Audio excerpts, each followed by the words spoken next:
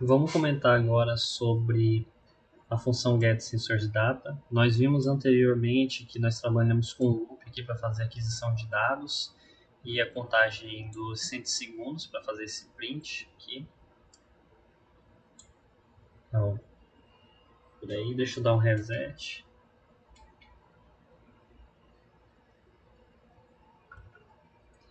E vacilei aqui, estava do lado.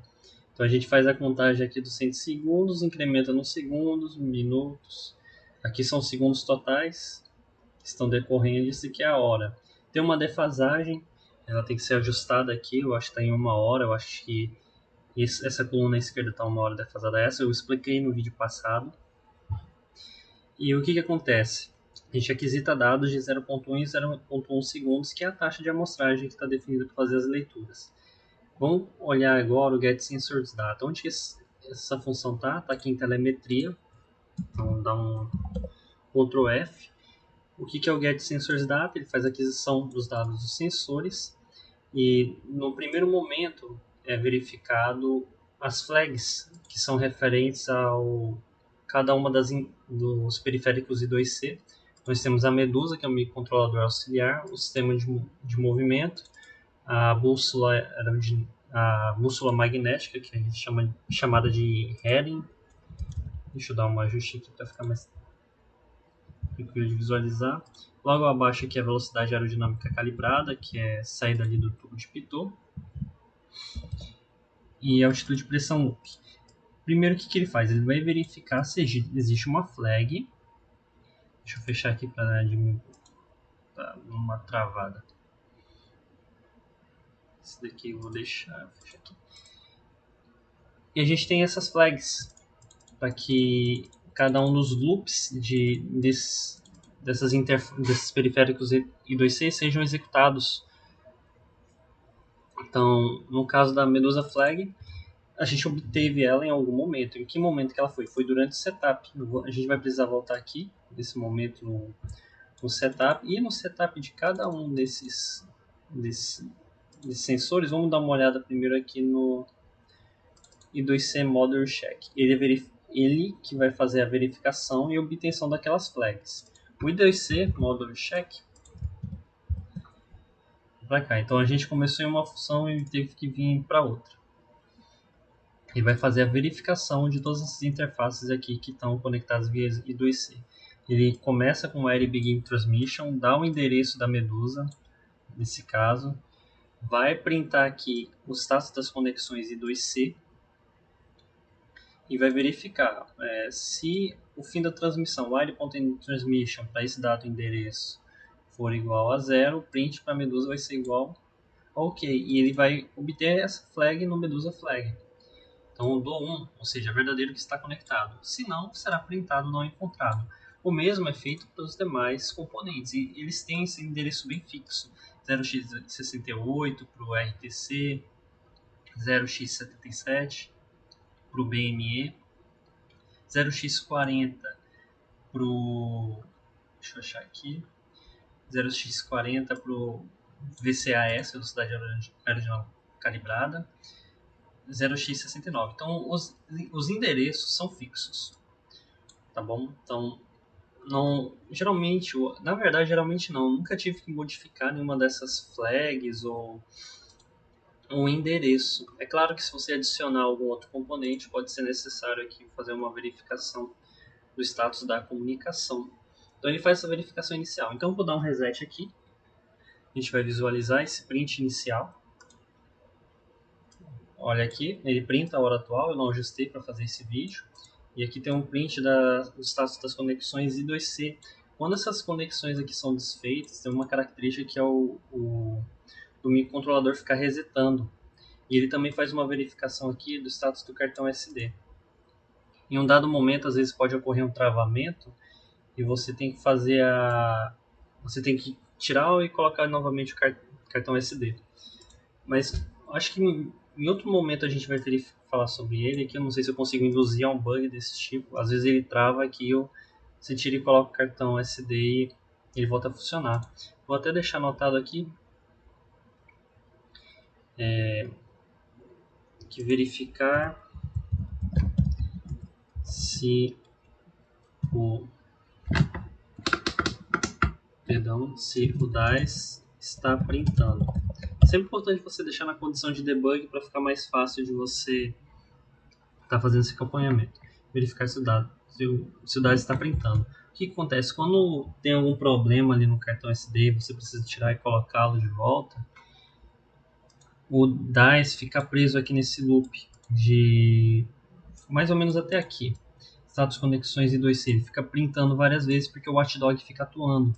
Ele passa desses 2 segundos aqui da configuração do watchdog enable e começa a printar. E ele fica printando porque o watchdog fica reiniciando o microcontrolador. Então ele fica preso nessa etapa do código aqui do setup que a gente está vendo do I2C Module Check. Então ele fica printando e aí você vai lá, tira e coloca o cartão de volta e ele funciona. Então por enquanto aqui a gente está conseguindo trabalhar bem. Seria interessante a gente conseguir visualizar esse bug aqui que até é recorrente. Voltando para o telemetria, a gente entendeu o que são essas flags aqui dentro do I2C Modules. E aqui subindo, vamos voltar para a função getSensorsData. Entendemos agora essa flag. Logo em seguida temos o loop da Medusa, que é o loop do microcontrolador auxiliar. Esse loop aqui, vamos procurar aqui em Slave Connection, Medusa Loop. Então não tem setup para Medusa. E o que é esse loop da Medusa? Ele é a requisição via I2C. O mestre faz requisição ao escravo, então essas requisições são realizadas por... tá aqui, ó. Aconteceu um reset. Deu travamento aqui embaixo e o watchdog atuou. Então é interessante a gente visualizar isso daqui, você ter ciente de que tem essa forma ali de ter o reset. Porque se travasse, realmente ele não iria voltar. Voltando para cá, eu faço um wire.request, endereço do escravo, com o número de bytes que ele vai estar enviando. Então isso daqui tem que estar muito bem casado. Então durante o projeto, assim, você adicionar algo, vai ter que fazer essa modificação ali no número de bytes. Sempre dá um trabalhinho, tem que ser muito cuidadoso. Mas não é algo que a gente vai estar vendo agora. E aqui o endereço I2C do escravo. Então, enquanto o barramento estiver habilitado, ele vai estar recebendo dados. Esses dados são do tipo byte. E a ordem que eles estão aqui é a mesma ordem que você vai encontrar aqui no script do DICE Slave. Vou trazer para cá rapidinho. Então, esse daqui é o DICE Slave. A gente ainda vai trabalhar um pouco com ele. Talvez eu faça alguma modificação, mas eu acho que ainda não. Então, ele está fazendo essa requisição. Então, o Slave já tem uma programação adequada para receber essas requisições e enviar os dados. O RPM tem 2 bytes. E o que acontece? Se eu tenho 2 bytes, eu tenho 16 bits. Ele faz um wire.read porque ele vai ler uma string um trem de bit. String de bit, eu acho que esse é o nome. Então, os 8 primeiros aqui, ele vai estar fazendo a leitura. Vai ser o byte, RPS int 0. Vai dar um wire read. Então ele vai ler os 8 primeiros, porque é um tipo byte. Logo em seguida, os 8 que vem logo em seguida, né? Redundante. Depois vai fazer isso para os dados de tempo, que a gente não utiliza. Sonar aqui, que são 2 dados, tanto o weight on wheels quanto a distância para o solo. Interessante ali para os momentos de decolagem, saber em que momento ocorre o desprendimento da rodinha do solo. Deflexão da superfície de controle. Aqui deixa eu apagar só para deixar um pouco mais estético. Então são 4 dados de superfície de controle que a gente está lendo por aqui. E para cada superfície de controle, control 0 é a primeiro bit, né, da superfície de controle 1, segundo bit. Então é assim que está sendo feita a contagem. 101, 2021, então são esses os bytes.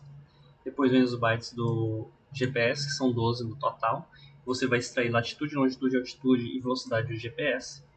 E o aileron diferencial, que é o resultado ali de uma média entre a deflexão do aileron da esquerda com a deflexão do aileron da direita. Isso que é o que vale para a área de estabilidade de controle. Logo em seguida, tem-se feita a recombinação dos bytes dos dados da Medusa. O que aconteceu? A gente recebeu um trem de bit, esse trem de bit tinha tudo sequenciado, a gente só fez uma contagem e foi armazenando em variáveis. E depois a gente rearmazena eles. Tem que fazer uma análise mais adequada, porque a gente transforma uma variável de tipo byte e uma variável, um int 16, um signInt 16. Então a gente armazena aqui e depois o RPS, que é essa variável que a gente armazenou a primeira parte do bit do RPS. O que vai acontecer? Eu vou deslocar esses bits para a esquerda e aplicar essa porta OR. E aí o que vai acontecer? Vai ser feito um armazenamento do RPS com o RPS anterior deslocado à esquerda. Esses bits foram deslocados para a esquerda, então eu apliquei uma porta OR com o RPS int, que é o bit logo em seguida. Então, supondo que eu tivesse 010101, deixa eu ver aqui, 1, 2, 3, 4, 5, 6, 7, 8. Eu tenho um 8. Desloquei para a esquerda, ele passou a ser 1, 2, 3, 4, 5, 6, 7, 8. Então, ocorreu o deslocamento deles para a esquerda. Antes era só isso. Aí eu desloquei para a esquerda, a minha variável já tinha 16 bits, eles foram deslocados para a esquerda, obtive esses zeros e apliquei uma porta OR no RPS int. Então ele passou, se o RPS int era igual ali a 21 a 1, 2, 3, 4, 5, 6, 7, 8, e eu apliquei a porta OR, dou um Ctrl C aqui, a operação vai resultar nisso, e aí você tem os bits complexos. Por que isso é feito desse jeito? Eu não me lembro ao certo. Talvez eu tenha estudado porque é feita a transmissão byte a byte, no caso, e depois aplicada essa porta OR.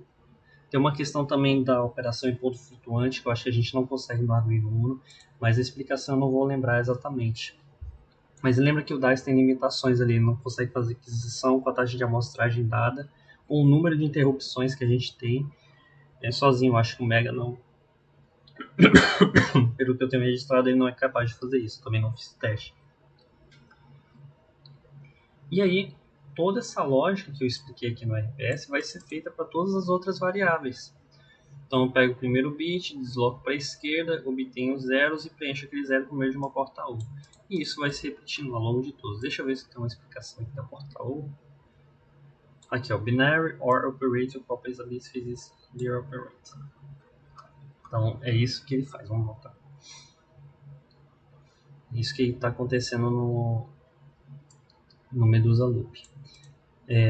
Eu não sei se eu preciso explicar novamente, isso vai se repetir para todos os dados que são requisitados, são aquisitados no slave que a gente precisa armazenar.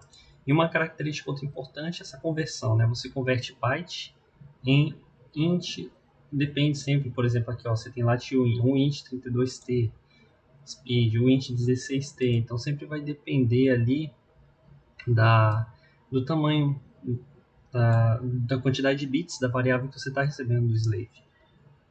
Aqui no caso da superfície de controle, é de int 16, ou vamos voltar aqui, byte, vira int 16, int 16, int 16, no final vira float. Essas conversões aqui são necessárias, eu não vou conseguir lembrar aqui o motivo delas.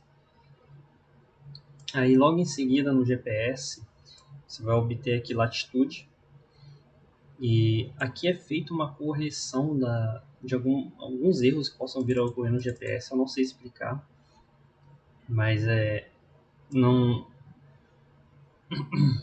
assim, não afeta tanto a nossa operação. Deixa essa parte de código aqui.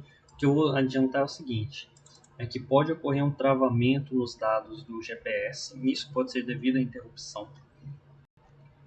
E no caso de ocorrer, tem um watchdog enable aqui, que ele é habilitado para evitar certos travamentos. Aqui foi uma questão estratégica, provavelmente foi um bug que eu identifiquei, eu não vou conseguir explicar. Sugiro não modificar aqui essa parte, tá bom? Só por precaução. Tem essa verificação de erros. E agora o próximo detalhe. É feita uma conversão do tipo inteiro, 32T, para o tipo float. Porque os dados realmente tem uma quantidade maior, não me lembro. Eu acho que é por conta dessa operação, que vem logo em seguida. Vai ser o lat float dividido por lat float. O lat float dividido por 1000. Então faço essa operação, armazena no próprio lat float, barra igual. Nessa divisão por 1000, ela ocorre justamente porque eu multiplico por 1000 na hora de transmitir. Eu não tenho unidade de ponto flutuante no Arduino Uno, que no caso é o microcontrolador 328P. Como eu não tenho, é feita uma multiplicação por 1000 lá no microcontrolador slave para poder transmitir em termos de bits. E aí aqui eu divido por 1000. 1 milhão, né? Perdão. 100 mil. 1, 2, 3, 100 mil. 1 milhão, na verdade. Então eu faço essa divisão aqui para retornar para a unidade de ponto flutuante, porque eu não consigo trabalhar com ela no outro microcontrolador. Aqui eu comentei, é melhor a gente não modificar. Primeiro dá uma estudada, joga no GPT. Na longitude isso não acontece, é uma breve correção que a gente tem aqui. E logo em seguida aquela divisão por 1000. Conversão e divisão por 1000. Longitude acontece a mesma coisa. Conversão inteiro para float, divisão por 100, porque foi pelo que eu multipliquei. No caso do GPS, divisão por 100. Então essas divisões são proporcionais à escala da variável. Aqui também tem um ajuste para outras variáveis que a gente pode pegar do GPS. São relacionados a dia, minutos, segundos, centésimos. Por que a gente não pega? Pelo menos uma das complicações que eu tenho de fazer a contagem com o GPS visualizo é essa dependência de um dispositivo externo para você setar a tua hora. O mais interessante é você setá-la localmente e fazer com que ela se mantenha. Só que a gente só tem uma condição atingida, que é a contagem, né? No momento que você liga, a contagem começa. Mas ela não está automaticamente ajustável, ela não se mantém ao longo do tempo por conta da solução que a gente tem. Então falta um outro requisito aí de um relógio embarcado, essa solução que a gente tem no DARS, que é a manutenção da hora ao longo do tempo, que eu acho que tem que mudar o dispositivo, o tipo de bateria, mudar o que a gente chama de hoje como DS3231, que é o relógio que está sendo utilizado, para algo que a gente consiga sempre estar atualizando. Não precise atualizar, na verdade. Aqui em Slave Connection a gente fecha essa parte do Medusa Loop. E logo em seguida, no próximo vídeo, a gente vai ver o loop do sistema de movimento.